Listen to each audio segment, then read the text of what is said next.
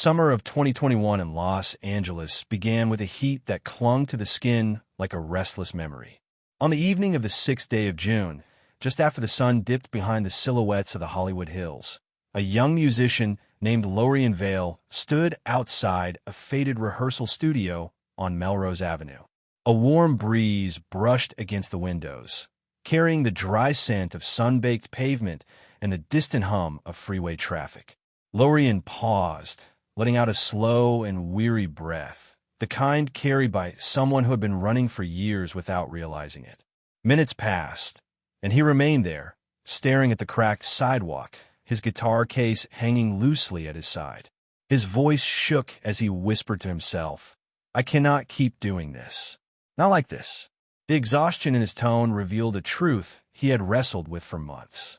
He had come to Los Angeles with a fire in his chest, convinced that music would open its doors to him, that talent and persistence would be enough.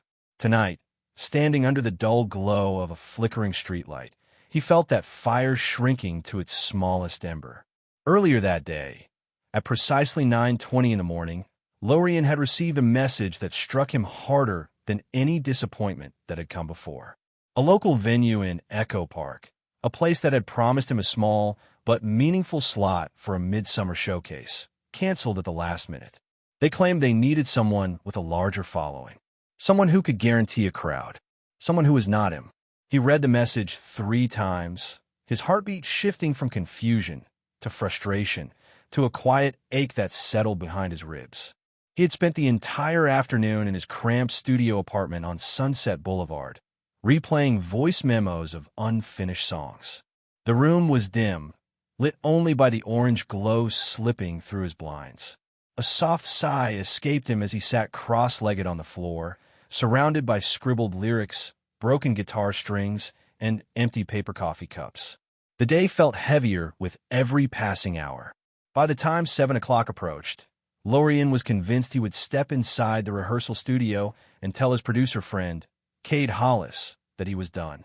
Truly done. The rehearsal building's hallway smelled faintly of dust and old equipment. When Lorian finally pushed the door open, the hinges groaned as if echoing his own fatigue. Inside, Cade was crouched beside a vintage keyboard, adjusting a cable. The room buzzed with a gentle vibration from an amp warming in the corner.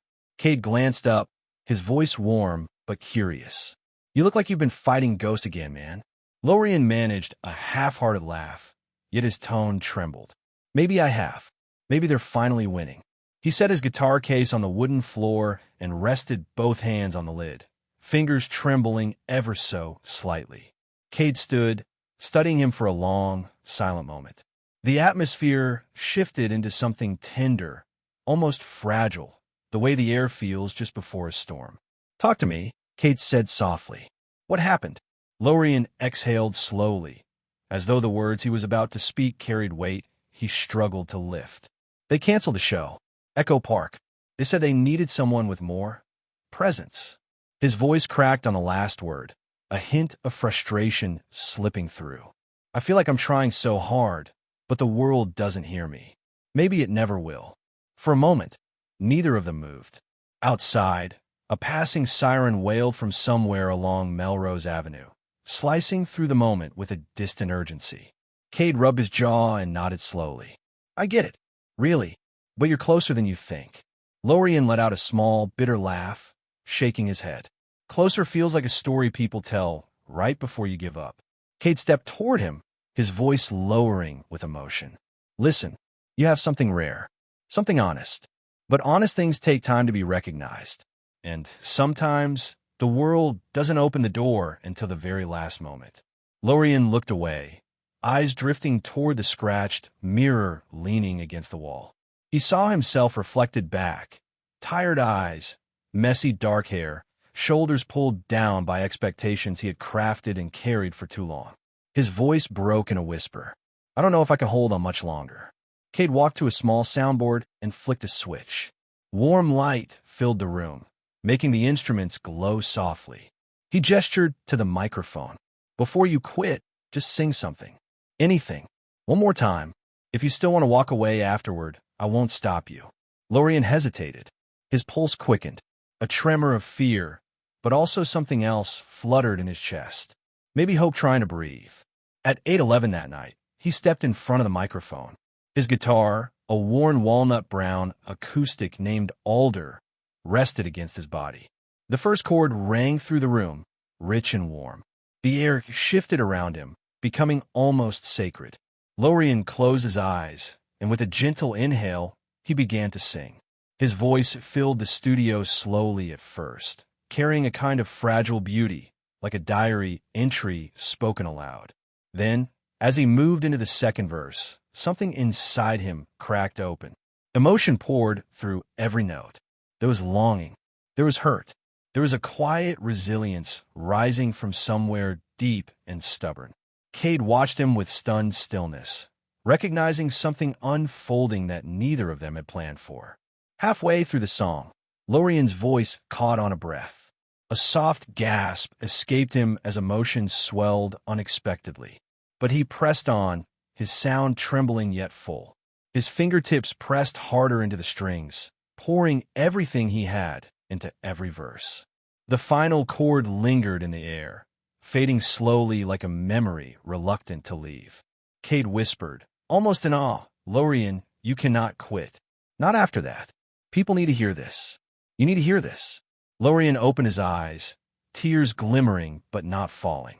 For a moment, he felt the tiniest pulse of belief. That recording from that exact night, at 8:27 in the evening on the 6th day of June, would become the turning point neither of them predicted. Cade uploaded a short snippet of it to an online platform just after midnight, tagging it with nothing but the words "unknown musician in Los Angeles." By sunrise, while Lorien slept on his couch with his guitar still resting near his hand, the clip began to spread. Slowly at first, then exponentially. Comments poured in. People spoke about the emotion in his voice, the sincerity in his tone, the power of a song that felt both personal and universal. Some said it made them cry. Some said it reminded them of moments they never told anyone about. Some said they had been waiting for a voice like his without realizing it. When Cade burst into Lorien's apartment just after 9:30 the next morning, the air was still cool with leftover night. He shouted with excitement, barely able to breathe. "Lorien, wake up. You need to see this." His voice shook with joy. Lorien blinked awake, disoriented. What happened? Did something go wrong? Cade almost laughed from disbelief. Quite the opposite. You need to look at your phone. Now. With trembling hands, Lorien unlocked his screen. His breath halted as he saw the notifications flooding in faster than he could read them. His song, the one he almost never recorded, had been shared thousands of times in just a few hours. People were asking his name, asking where they could hear more, asking for him. His voice fell to a whisper, filled with disbelief and a rising, almost overwhelming emotion. This cannot be real. Cade placed a hand on his shoulder, squeezing gently. It is real, and it's only the beginning. Lorien stood, his heartbeat racing not with fear anymore, but with something he hadn't felt in months, maybe even years, a quiet sense of possibility. The morning light spilled through the blinds, warm and golden, settling across his face as though welcoming him into a new chapter of his life. He let out a soft, trembling laugh, the kind that carries both relief and wonder. "I almost quit last night. The world had no idea I even existed." Cade smiled, voice warm with emotion. And now, the world is finally listening. That day, the 7th day of June in the summer of 2021, would be the day Lorien Vale's life shifted forever. Not with fireworks, not with grand announcements, but with a single song, a late-night recording, and the courage to try one more time just before giving up. And as Los Angeles awoke around him, with its glowing traffic lights, its restless energy, and its endless noise, Lorien felt something he had not felt in far too long. A spark, a rising fire, a belief that maybe this city had been waiting for him after all. He took a slow, steady breath, the kind filled with gratitude and new strength. Then, with a soft smile, he whispered to himself, barely audible, "This is only the beginning." That afternoon, as the sun climbed high over the Los Angeles skyline, the city glimmered with a harsh, golden brightness. Lorien stepped outside his apartment building on Sunset Boulevard, shielding his eyes with the back of his hand. His heart pounded with a mix of disbelief and excitement, each beat echoing the overwhelming truth that his life was no longer the same as it had been the night before. He walked toward a small cafe on the corner of Leland Way, a place he often visited during long afternoons when he needed a break from writing. The air carried a soft warmth, and a faint breeze rolled through the street, lifting the ends of his hair. A group of strangers sitting near the cafe entrance laughed and chatted, unaware that the man walking past them was the same voice they had heard online just hours earlier. Inside, the cafe was dim and cozy. Light jazz drifted through the speakers, mixing with the smell of roasted coffee beans and pastries fresh from the oven. Lorien chose a small seat near the window, hands still trembling from the morning's shock. The barista, a tall man named Rexton, approached with a familiar smile. "You look like you just survived something intense," he said with a gentle chuckle. Lorien let out a breath that sounded half like a laugh and half like a sigh. "Rexton, you have no idea." Rexton raised an eyebrow and leaned closer. "Want to talk about it?" Lorien hesitated for a moment, then explained everything. The canceled gig, the late-night recording, the unexpected explosion of attention he woke up to. His voice softened as he reached the most unbelievable part. "And now thousands of people want to know who I am." Rexton froze, blinking in disbelief. "Wait, you're the guy whose clip went viral this morning. The one with the acoustic track. The one everyone keeps sharing." Lorien's cheeks warmed, and his voice wavered with a mix of humility and surprise. "I guess I am." Rexton grinned, shaking his head in awe. "Man, that song hit hard. It felt real, like something someone needed to say out loud. I'm not surprised people connected with it." He placed a hand lightly on the table, his tone shifting into something sincere. "You should be proud, and you should keep going." Those words struck Lorien deeper than he expected. His chest tightened with emotion. He lowered his gaze, letting the weight of everything settle over him like a warm blanket. A gentle exhale slipped between his lips. "Thank you," he whispered. After leaving the cafe, he walked toward the small park near North Hobart Boulevard. Children laughed near the swings. Dogs barked playfully. The world moved as it always had, unaware of the storm of change inside him. He sat on a weathered bench under the shade of a wide sycamore tree, the sounds of the city blending into a soft background hum. He opened his phone again. More notifications, messages from strangers, requests, encouragement, stories from people who felt something when they heard his voice. One message, written just minutes before, caught his attention. "Your song made me feel less alone. Thank you for singing what I've been afraid to say." He read it 3 times, feeling his throat tighten with emotion. A soft gasp escaped him as tears finally reached the edge of his eyes. His breath trembled as he whispered, almost to himself, "This is why. This is why I started singing in the first place." Just after 4 o'clock, his phone rang. Cade's name appeared on the screen. Lorien answered, still sitting on the park bench. "You are not going to believe this," Cade said, his voice brimming with excitement. Lorien wiped his eyes, clearing his throat softly. "At this point, I might believe anything." A small laugh came from the other end before Cade continued. "A producer from a major indie label wants to meet you. Tonight, if possible. They saw the clip, and they want to hear more. They said your voice feels like something missing in the industry right now." Lorien's heart skipped. His breath caught for a moment. "Tonight." "Yeah, tonight. Around 7. They want you at their studio in Burbank. This could be huge, Lorien. This could change everything." Lorien closed his eyes, letting the afternoon breeze cool the warmth rising in his cheeks. For a brief moment, fear flickered across his chest. The fear of jumping too fast. The fear of failing again. But beneath it, rising steadily, was something stronger. A new determination. A spark that refused to dim. He whispered, voice filled with quiet strength, "Tell them I'll be there." The hours leading to the meeting passed in a blur.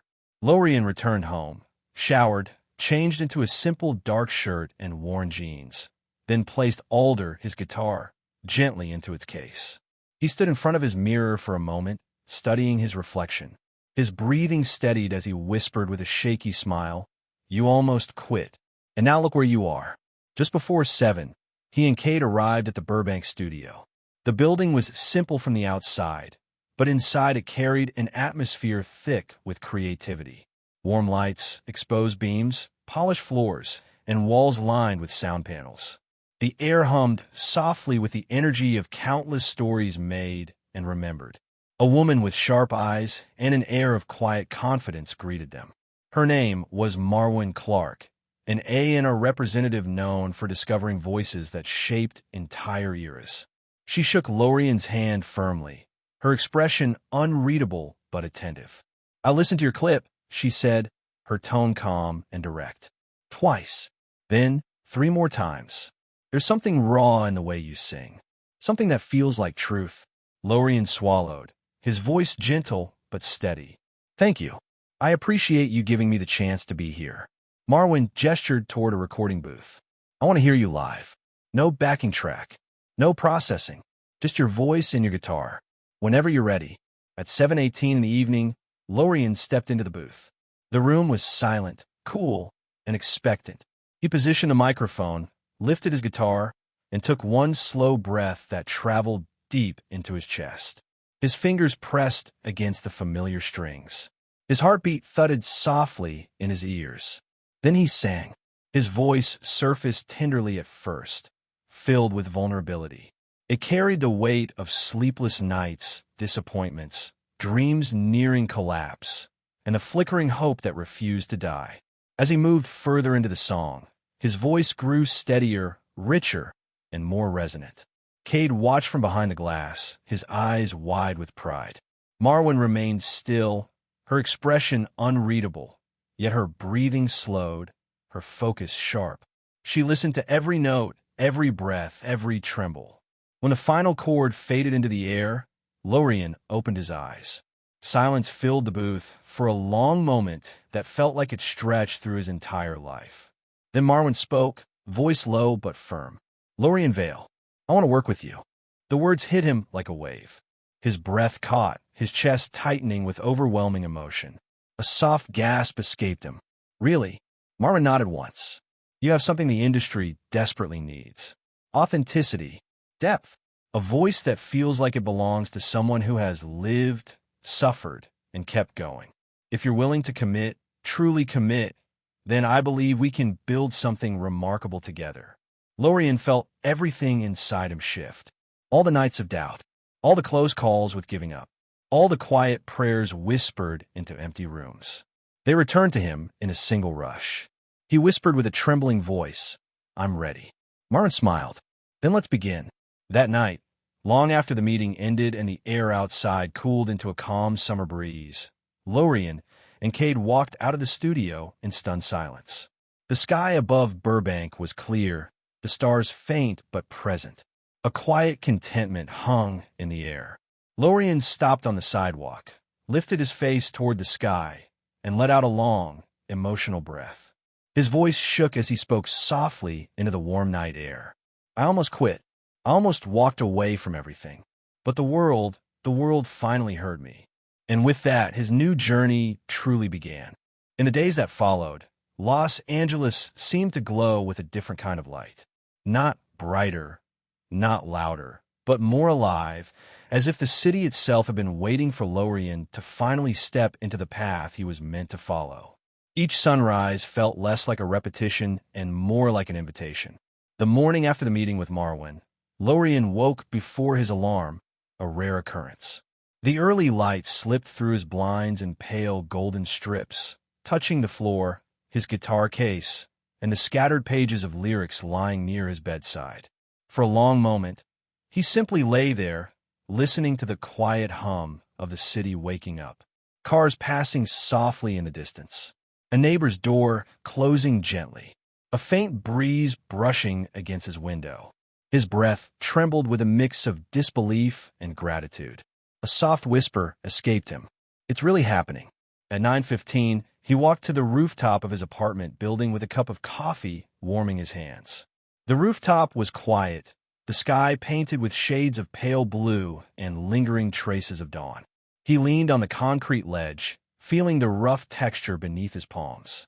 The city stretched out before him, a maze of dreams and disappointments, victories and heartbreaks, all layered into the endless sprawl of Los Angeles. His phone buzzed. A message from Marwan. We begin pre-production tomorrow. 1 p.m. Westview Studios. Bring your raw drafts. Lorien exhaled, closing his eyes for a moment as his chest swelled with emotion. His voice shook softly as he murmured to himself, that fast. But somewhere deep inside, he knew this was exactly the pace his life had been waiting for. Later that afternoon, he visited Cade's apartment on Fairfax Avenue. The space was small but lively, filled with cables, keyboards, and stacks of vinyl records leaning against the walls. Sunlight streamed through the windows, illuminating dust particles drifting lazily in the air. Cade opened the door with a wide grin. Good. You're here. Sit. We need to talk about your first steps. Lorien laughed gently, easing onto the couch. My first steps? It feels like I'm trying to catch my breath before I even start walking. Cade sat across from him, elbows resting on his knees, hands clasped. His voice softened with sincerity. You're entering a different world now. A good one, but a demanding one. You need to be ready. And that means knowing exactly who you want to be as an artist. The question lingered between them, heavy yet meaningful. Lorien took a slow breath, eyes drifting toward his hands. I want to be honest, he said quietly. I want to write music that feels like opening a window into something real. Something that doesn't hide behind perfect lines or perfect stories. His voice lowered with emotion. I want people to feel seen. Cade nodded, pride flickering in his eyes. Then you already know your direction. That clarity is rare. They spent hours discussing songs, themes, stories Lorien wanted to share. Some were built from heartbreak, some from hope, some from years of wandering through the city, searching for something he couldn't name. By the time they finished, the sunlight had faded into evening, leaving the room wrapped in a soft, warm dimness.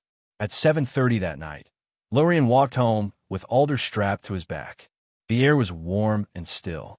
Neon signs flickered to life, washing the sidewalks with colors of pink, blue, and deep red. The city hummed around him, alive with people chasing their own dreams. As he passed a bus stop on La Brea Avenue, he noticed a teenager with headphones, eyes closed, swaying slightly. From the faint sound bleeding through the headphones, Lorien recognized it instantly. It was his song, the same rough, unfiltered recording from that night in the rehearsal room.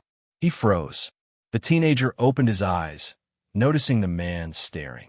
Lorien swallowed and spoke gently, his voice soft with curiosity. Hey, what song is that you're listening to? The teenager smiled shyly. Oh, this? It's by some new guy. His voice is, I don't know. It hits different. Helps me think. Helps me breathe a little better, I guess. Lorien felt something warm bloom in his chest, something tender and overwhelming. The teenager continued, not knowing who he was speaking to. I've been going through a rough time. In this song, it made things feel a little less impossible. The words sank into Lorien like sunlight breaking through clouds. His breath hitched, and he whispered inwardly, emotional, that's enough. That alone is enough. With a gentle smile, he nodded to the teenager. I'm glad the song helps. He walked away slowly, heart full, eyes glistening. For the first time in a long time, he felt deeply, undeniably connected to someone he had never met. The kind of connection he always dreamed his music could make. The next day arrived with a clarity he didn't expect. At 1 p.m. sharp, he walked into Westview Studios in Burbank. The building was modern, filled with polished wooden floors and soundproof rooms that hummed softly with creative energy. Marwan stood in the lobby, checking her watch. When she saw him, she offered a brief but sincere nod. Good. You're on time. Let's get started. She led him through a hallway filled with framed albums, each representing an artist who had found their voice in this very place. The gravity of that sank into him, settling deep in his chest. He whispered to himself with a quiet, determined tremble, one day, maybe I'll be here too. Inside the studio, a small team waited. A sound engineer named Lucent. A producer named Rhea Norwin. Both greeted him with calm professionalism, but there was curiosity in their eyes. They had seen the clip. They wanted to see who the singer behind it was. Rhea motioned toward a stool in the center of the room. We'll start simple. Play us something raw. Something that feels like you. At 1:27, Lorien lifted Alder once again. The guitar felt like an extension of his own heartbeat. He strummed a soft chord, then another.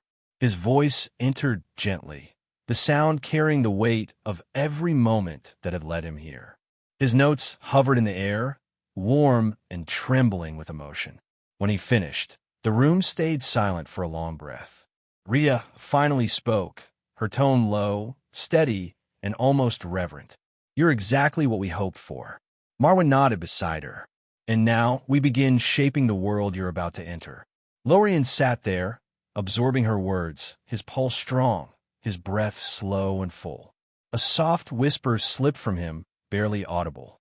Thank you for believing in me. Marwyn responded calmly. But you're the one who kept going when no one was watching. That's why you're here.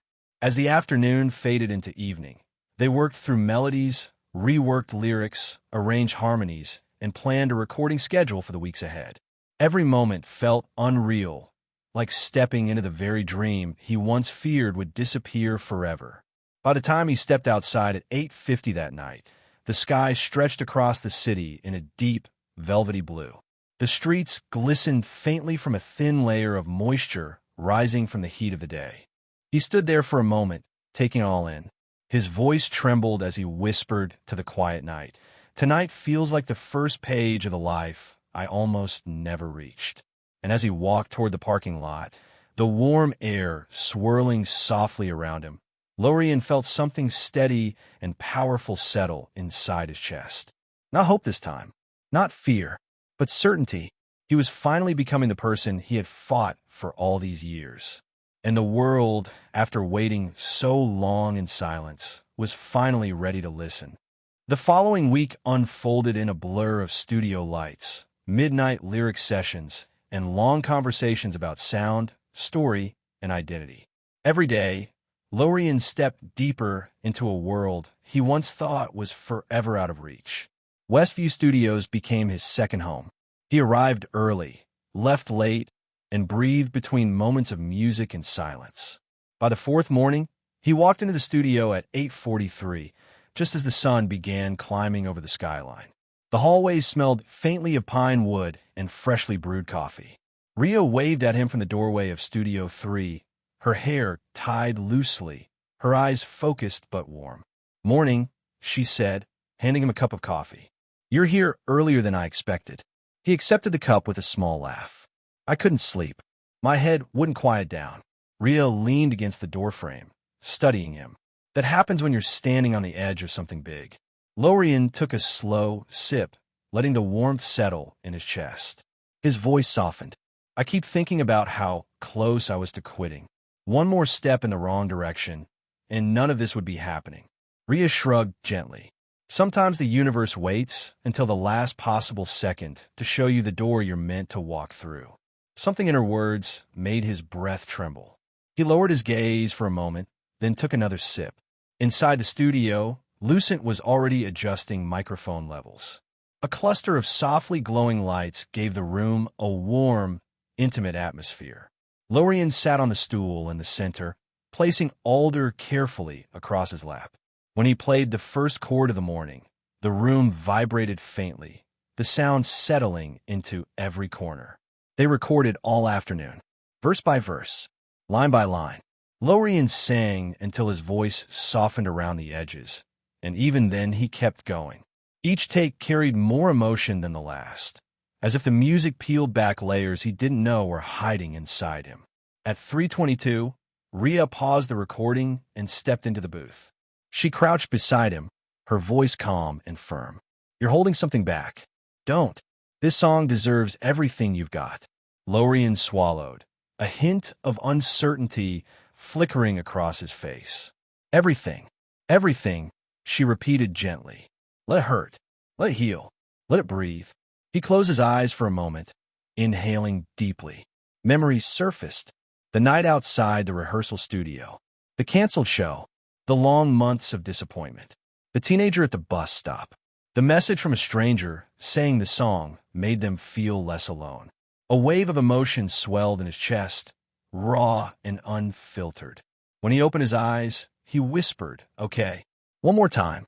This time, when he sang, his voice broke open. The notes trembled with honesty. His breath shook on every rise and fall.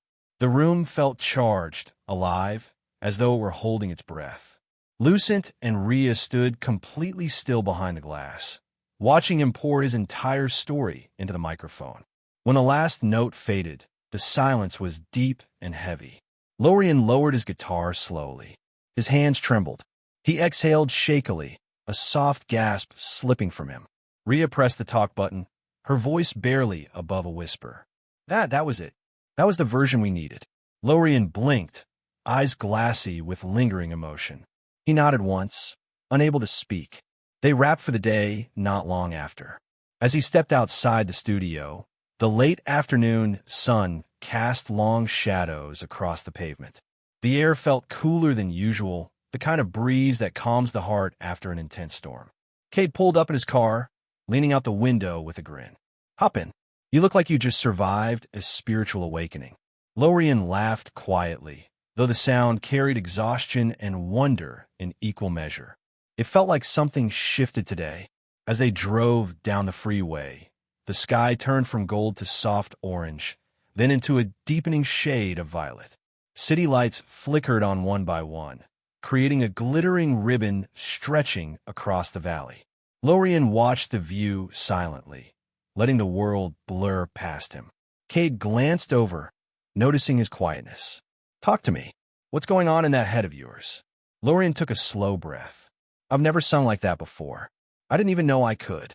It felt like everything I've been carrying found its way out." Cade nodded slowly. "That's what real music does. It doesn't just sound good. It releases you."